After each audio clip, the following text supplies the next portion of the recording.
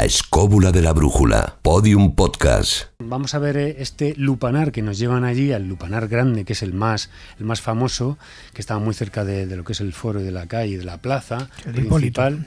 Aparecen, pues técnicamente, como hablando, trayéndonos un poco al tema artístico, que es un edificio con 2 plantas, que la parte de arriba no se ven esas camas que aparecen en la parte de abajo, que son 5 habitaciones, que se descubre, ya os lo voy a comentar ahora, y lo primero que me quedo es pues bastante fascinado por la técnica, lo que es el motivo y lo que describen esas pinturas, cada uno al empezar cada habitación, que es pues precisamente lo que hacía cada señorita o señor al entrar a cada habitación de esta. Bueno, pero las camas eran bastante pequeñas y me di cuenta de que la estatura de los pompeyanos de aquella época era muy, muy bajito, ¿no?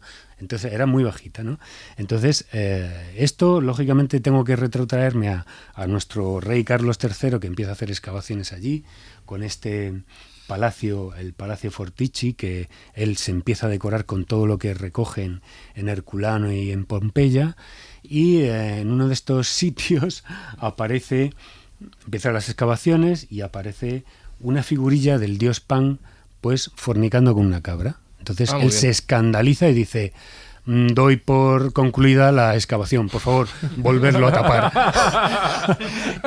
Más tarde esto se vuelve a destapar, todo lo que es este prostíbulo, pero la iglesia obliga a taparlo. Incluso todas estas pinturas con toda clase de posturas a lo Kama Sutra que allí se llevaban a cabo, se tapan con escayola y se quedan bastante tiempo después otra vez tapadas, ¿no? La cuestión está en que, bueno, esto me lleva un poco a ver un poco a nivel sociológico o antropológico esta libertad del sexo, que dices, bueno, esto puede ser una cápsula de tiempo que se ha quedado aquí y esto al estar enterrado se ha quedado así conservado de esta forma. A mí me da la sensación, yo no sé si Néstor piensa lo mismo, que Roma no tuvo una erupción, no tuvo una cápsula de tiempo en algunos casos, y toda esa serie de manifestaciones erótico-festivas, como a mí me gusta llamar, se han tapado, hecho desaparecer, porque Roma podría ser también, como esto, elevado a la enésima potencia.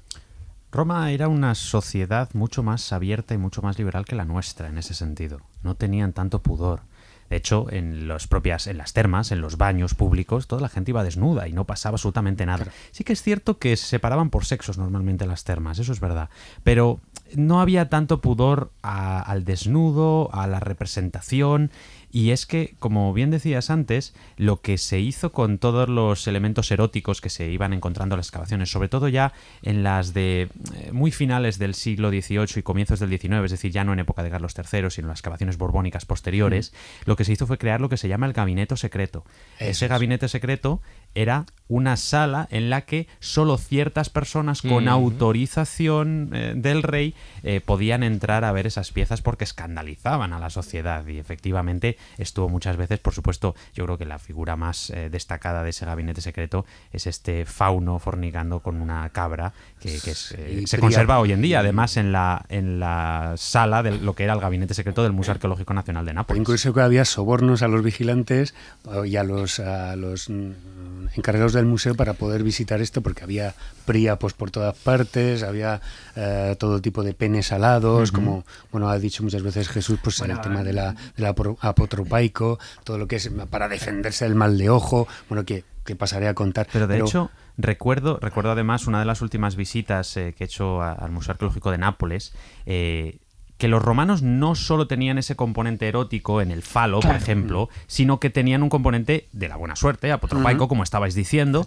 y es que recuerdo además una terracota que pertenece a un pistrinum, una panadería de Pompeya, que leemos perfectamente, rodeando al falo, leemos la inscripción Hic habitat felicitas, es decir, aquí vive la felicidad. Este falo no representa nada sexual, esto es felicidad, esto es abundancia, y eso es lo que representaba realmente. Si tú llegas, por ejemplo, a Ampurias y ves que en cada una de sus puertas esos enormes símbolos ictifálicos, que son un pene, fundamentalmente, y tal, de un tamaño verdaderamente hermoso, no hay que llevarlos inmediatamente al terreno de lo meramente sexual. Es más bien una representación de la protección o de alguna manera de la fertilidad, de la riqueza, de la buena suerte. O sea, pues el estudio de es un símbolo estas protector. pinturas, Juan Ignacio y Néstor, a mí me llevó a hacer un poco, pues a penetrar en esta especie de estudio sociológico de por qué. Sí, Exactamente. lo tenía que decir. De instalarme en este estudio sociológico, qué malo soy, y antropológico, de ver qué es lo que pasaba ahí, porque no solamente fue sepultada por la lava, sino que también ha sido sepultada por siglos de represión de la Iglesia, y me llevó a darme cuenta de que realmente en estos sitios el sexo era relativamente barato, y mal pagado en realidad. El varón también estaba prostituido, estaba todavía peor pagado que las mujeres. Las prostitutas estaban obligadas a censarse, y la prostitución tributaba y estaba legalizada, con lo cual a lo que es al Estado, al Ayuntamiento, también le interesaba que ese negocio estuviera ahí, porque tributaba y llenaba las arcas. Al estar el adulterio bastante penado en lo que es en la sociedad romana, mayormente la población masculina echaba manos de los servicios de las prostitutas. Incluso lo que es la mujer romana también hacía sus escarceos en ese sentido, puesto que en el matrimonio se establecía simplemente para convenios sociales o para convenios económicos. No os creáis que esto es el amor tal, no, ahí cada uno se buscaba el tema erótico, festivo, entre comillas, por su lado, por un lado, cada uno por un lado, ¿no?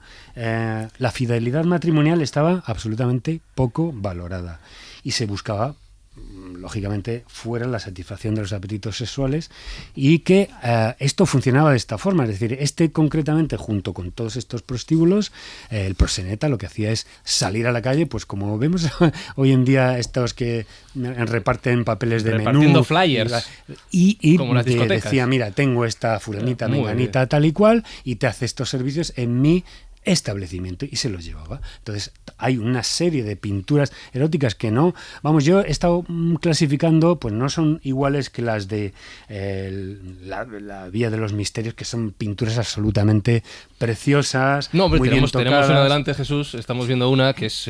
Tapa. Sí, las que están no se puede. allí en el lupanar Sí. grande, y en lo que es en el gabinete secreto que ha mencionado Néstor, son bastante fuertes, pero el toque es de un pintor, a lo mejor con un toque como más burdo y no tan estilizado como el de la Villa de los Me Misterios. llama la atención, Marcos, una de ellas, que tú conoces bien. En la casa de los Viti hay un Príapo que, claro, la gente puede pensar, el Príapo es un poco la exaltación de la virilidad, pero es un Príapo con fimosis.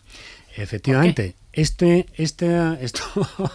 lo has dicho bien, porque realmente he visto muchas representaciones de Príapo, absolutamente, que el falo que aparece es casi más grande que él, era un dios que la pierna, y la tercera pierna. y es lo que ha comentado. El trípode, sí. Era un dios menor, porque estaba asociado con ritos de fertilidad, de la abundancia de las cosechas, del ganado ovino, etcétera.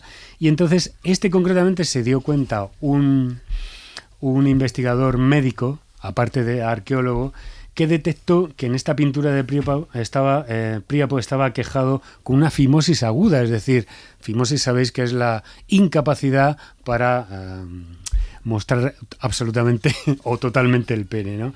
Entonces, precisamente esta tradición mitológica, a este personaje que le fue de mal en peor, puesto que la diosa Hera le lanzó una maldición en la que le volvió feo, impotente y sexualmente perverso. O sea, no te lo pierdas, que además, te muestra esta pintura porque la importancia que tenía en esta familia, que era para proteger del mal de ojo, de la envidia de esta familia, que era de la envidia que hacían gala todo el mundo que visitaba esa casa, la casa de los Piti, porque eran muy, muy adinerados, muy acaudalados. Entonces el Príapo está con su enorme miembro en una balanza. En uno de los platillos está su miembro y en el otro lado está una bolsita de oro. Esto es muy curioso, porque es como diciendo, aquí estamos, aparte de que sea una protección contra el mal de ojo, aquí estamos nosotros con un par en Pompeya, que somos los que estamos dominando. Bueno, para ir un poquito rápido en esta situación, como hemos dicho, la situación de las pinturas están poco tocadas. Podemos ver todo tipo de posturas, como decían los Barney, por arriba, por abajo, por delante, por detrás. Es decir, todo. Os invito a que veáis Facebook. Te iba a decir que yo creo que Facebook nos va a censurar el vídeo. Porque, por ejemplo, estos cuadros que estamos viendo, es que hay 4 cuadros que nos van a censurar. 4 pinturas, mejor dicho. Aparte de todas esas señalizaciones que entran, que son muy frescos. Hay una cosa que también es digna de mención, que son las pintadas. Los grafitis de ahí son memorables porque son se han contabilizado como unas 120 y hay desde las más inteligentes, citas excelsas de Virgilio, hasta gente, bueno, pues que ponía precio a sus servicios. Incluso pues podía ser un poco el equivalente al tonto el que lo lea romano, pero tenemos una que, bueno, no sé si sois capaces de traducirla, que es id quiscript felat, es decir, si sois capaces de traducir esto, ¿qué significa? Es decir, el que lo escribió, puntos suspensivos. Pero esto es como en la gasolina, ¿no? Ponte el que lo lea. Sí, yo he visto cosas parecidas. En suave. Hoy en día. Es decir, sí que esta sección nos la van a censurar, pero a base de bien. Jesús está poniendo una cara como diciendo, nos hunden las audiencias de la escóbula. Ojalá lo censuren porque eso sube votos. Pues nada, señores, Podium Podcast ha sido un placer. Hasta aquí hemos llegado. Ya buscaremos otro sitio. Voy a terminar esta parte de la guarrería preguntándole a Néstor. Todo este tema, los romanos, ¿se lo copiaron a los griegos? No. No, y los griegos se lo copiaron a los egipcios, o sea, está claro.